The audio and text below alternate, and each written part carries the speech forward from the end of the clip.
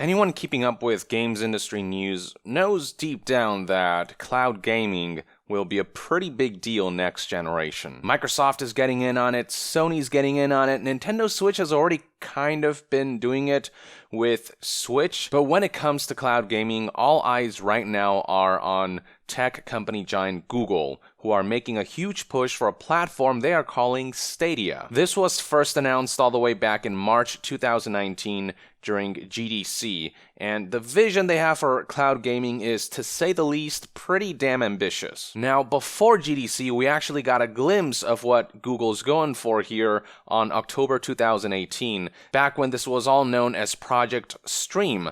Recall that at that time, out of the blue, Google announced that they'd be making Assassin's Creed Odyssey playable on Chrome browsers. It was free for anyone to sign up to and try, and once users finally delved into it, I think a lot of people found that the results were surprisingly good. General feedback was that the game ran very smoothly, there wasn't that much in the way of input lag, or at least anything that was too noticeable. The game just looked good running on the browser, and it played really great. There are probably a few people here and there with shoddy internet connection that probably had a harder time, but for the most part, reception for this Project Stream test drive was very positive indeed. That eventually led to GDC 2019, and that's when Google really blew the lid wide open on this thing. They showed off the same game, Odyssey, running on all these different devices. There was a dude on stage going from a phone to a laptop to a desktop to a TV, basically any device that has a screen and has an internet connection, and the demo featured the guy essentially picking up right where the previous device had left off, so it was this seamless transition where you can play the game here and then kind of like leave it alone, boot it up in another device somewhere else, and it's just exactly where you left it off back home or wherever. And that's the vision of cloud gaming. All the hardware processing is taken care of by Google on their end with their data centers, as they're known. That's where all the powerful components are, that's where the game actually runs, and then what's happening in the game, the visuals are beamed via the internet to users' devices, and that is essentially how they are planning to ensure that anyone can play any high-end game without hardware limitations as long as they have an internet connection. So even the lowest-end PC, the lowest-end smartphone will be able to play the highest graphical fidelity games. Google is also in a unique place where they can leverage their myriad online services to integrate Stadia seamlessly, so you can have, YouTubers streaming something and then post a link to have people join in their session, or you might have someone who brings up a challenging stage in a game and posts a link. People can click on it and then play exactly what that user played and show off how they went about it.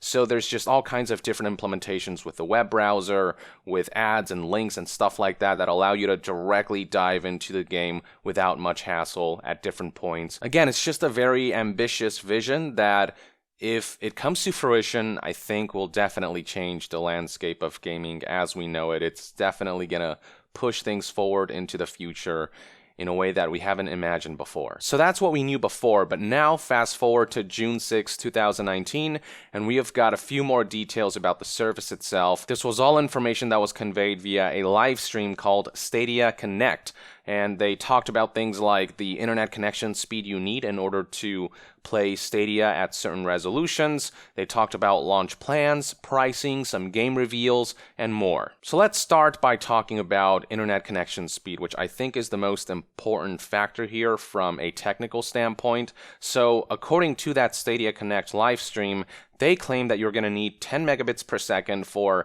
efficient 720p 60 FPS. You're going to need 20 megabits per second for 1080p 60 FPS, and then about 35 megabits per second if you want to run these games at 4K 60 frames per second and stream them that way. So at a glance, I would say this isn't unreasonable per se. It is viable in a lot of countries and regions, but there are also plenty of countries and regions out there where this is not entirely viable. I keep hearing about Australia in particular, for example, which apparently has a notoriously bad internet, and Stadia is basically a service that's not going to fare well in that country. And even in the US, though there are plenty of regions with pretty fast internet. For the most part, it's a pretty big nation. There's not equal coverage everywhere. So there are regions out there throughout the country where this spectrum of internet speed may not be entirely viable. And for these people, they're basically locked out of Stadia, whereas with, regular consoles like an Xbox or a PlayStation,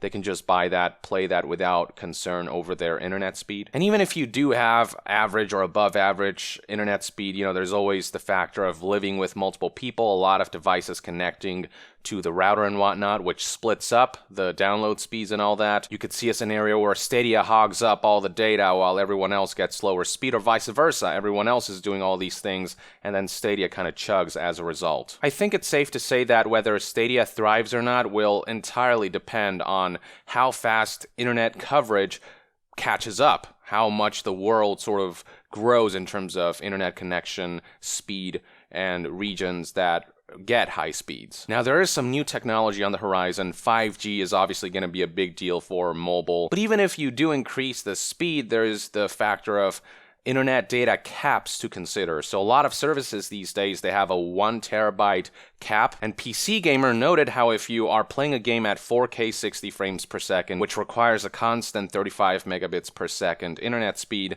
then in 65 hours of gameplay, you would take up all of that 1 terabyte. And that's, of course, if you don't do anything else except play Stadia with your 1 terabyte maximum limit. But an average user is going to use the internet to, browse email, stream movies and stuff like that, play online games. So for those who want to enjoy Stadia at 4K 60 FPS, they're going to have less than 65 hours of playtime per month. And we all know that gamers play more than 65 hours easily. So yeah, just the general internet infrastructure and the way services are right now, it's currently not in a place where I think Stadia can appeal to a really big mass audience. Something else that's, I think, going to get in the way is the way the pricing model works for Stadia. Obviously, Stadia is going to go off of a subscription-based service, and that service is called Stadia Pro. It costs $10 a month, and if you want to get 4K 60 frames per second, you have to subscribe to this Pro service. And, $10 a month, that's not too bad by itself. But the caveat here is that it turns out not all Stadia games will be playable as part of that subscription. So the way Netflix does it, for example, is that you pay for the subscription and you gain access to everything on the library. But Stadia, turns out that there's going to be some games that come as part of the subscription, but a lot of the newer games you're going to have to pay full price for in addition to that subscription fee. So far, the only game we know of that comes as part of the subscription that you don't have to pay a full price for is Destiny 2. Obviously, that list is bound to expand as time passes as the platform gains traction, but for now, it seems like it's just the one game that you're going to be able to play for that $10 a month. Everything else you're buying as if you were buying it on the PlayStation Store, on Steam, on the Microsoft Store, on the eShop, or whatever. And see, that right there, I think, is a major blow. I think a big incentive of Stadia would have been the price point of just paying a small monthly fee and having access to all these games that you can easily access on any device. But now that we're learning you have to buy many of these games, the newer games, I'm just wondering why I would do that over just buying the physical media or downloading it digitally. Something to keep in mind, when you buy a game on Stadia, you don't have the data locally on a disk or in your computer. That's all happening on Google. You don't actually have a tangible product. You're essentially paying for a ticket that will grant you access to that game, which is in the cloud. So let's say something were to happen to Google's Stadia service, or that your internet connection were to go out. You have no recourse because all of that information, all the data of the game is on Google's end. You're just streaming this thing. The same couldn't be said for physical or digital media, which once you buy, you have something there that you can play if the servers were to go down or if the service were to end. And that's sort of the major disadvantage with cloud gaming. We have to trust that Google will keep everything together, and if something happens on their end, everyone's affected en masse. And this drawback is something I could overlook if the pricing model were more like Netflix, where you pay $10 or $20 a month and you get everything. But having to pay whatever $60 for a game that only runs on the cloud, that is not appealing to me at all. It wasn't that long ago that Google had this outage that basically brought down services like Snapchat, YouTube, all these things, they were down for a couple hours, and if that were to happen while Stadia launched, you would essentially not have access to your games for that amount of time. Whereas with digital and physical media, if Sony servers go out, if Microsoft, Nintendo, if something happens to their servers, if they're down for maintenance, you can still play your games. But yeah, the pricing model here, it isn't full on Netflix like I had hoped. It's sort of this midway point between Netflix and traditional game purchases. It's a little bit of both worlds. Given all the downsides that could come at play for Stadia users, I don't think it's a safe bet to purchase a game for Stadia for $60. Now, at launch, the Stadia platform is releasing a package called the Founders Edition. It is $130, and it comes with a Stadia controller,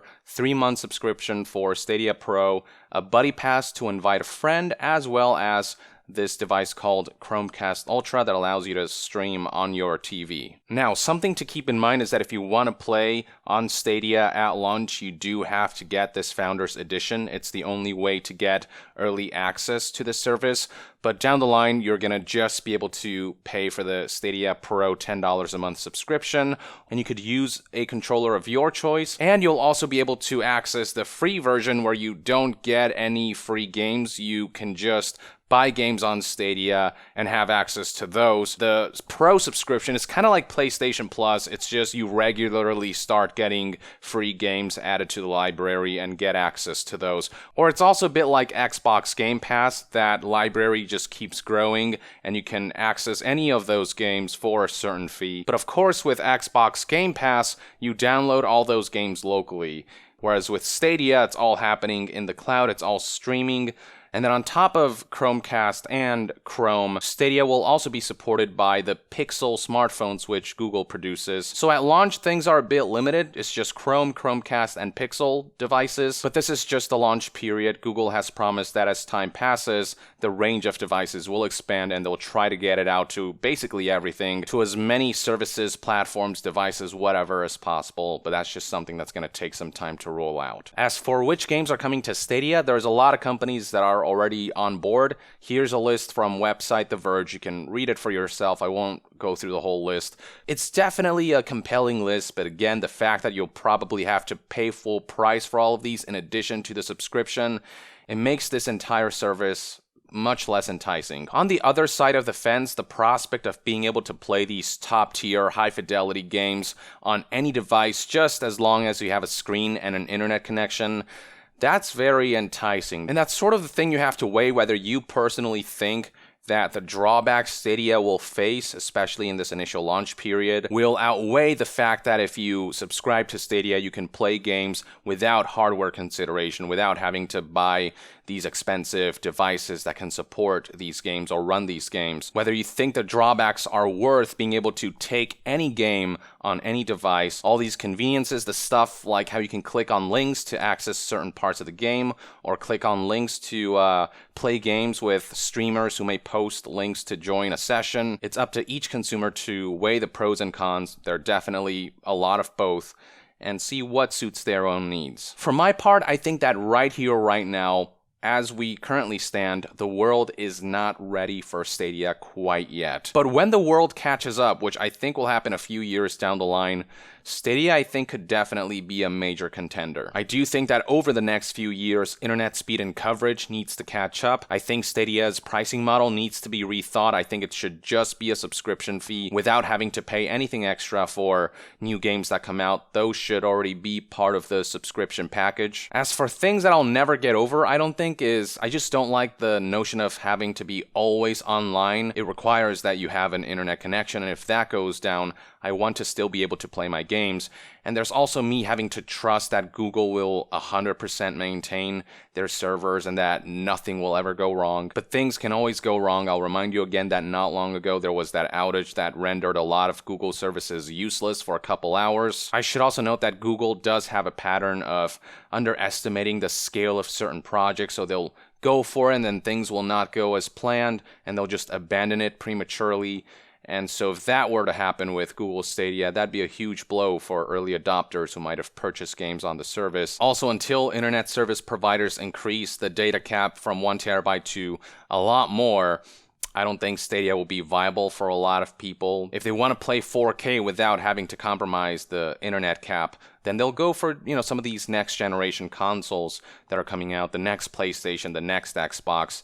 You can play 4K games there without the need for internet connection, because all of that is handled locally in the hardware itself, and there are definitely a lot of benefits to that. Something else to consider is that modding will probably not be possible on Stadia, at least not to the flexible extent that we can do on PC right now. So yeah, when you sit down and really think about the pros and cons of Stadia, there's just a lot to be concerned about, but I do think that Stadia as an alternative to traditional media will be a compelling service to have in your back pocket. Similarly to how Netflix isn't the be-all, end-all, you've still got Blu-ray and traditional cinema and theaters that you can go to watch these movies, but Netflix is another format worth considering if it's up your alley. So if it's like that, where you have cloud gaming and then your more traditional game consoles and way of playing games, then I think the future will be fine. I think people will be able to decide for themselves which they prefer. Once the world catches up to Stadia, once Stadia kind of refines their business model, I think, yeah, this is going to disrupt the gaming landscape quite a bit. Hopefully for the better. While I don't see cloud gaming being the only future, I don't see everything sort of shifting towards cloud, I do think cloud gaming will be a compelling extension of the future, something else to look forward to on top of, the traditional hardware, traditional media, traditional digital downloads and stuff like that. So yeah, there you have it, folks. These are my general thoughts and opinions on the Google Stadia platform. These are interesting times indeed, whether you are into Stadia or not. You have to admit, there is a lot of curiosity surrounding this platform, where it's going to go, how it's going to change things, what sort of conveniences it might offer, and what sort of concerns one should consider. I've provided my take on all of this. I'd love to hear what you think about all this new information that we got recently in the comments below. With that, I would like to end this news update and discussion video. Thank you for tuning in. To be further updated on all things gaming news, reviews, and discussions, stay tuned right here on Yong Yeah. I'll see you guys next time. Yong out!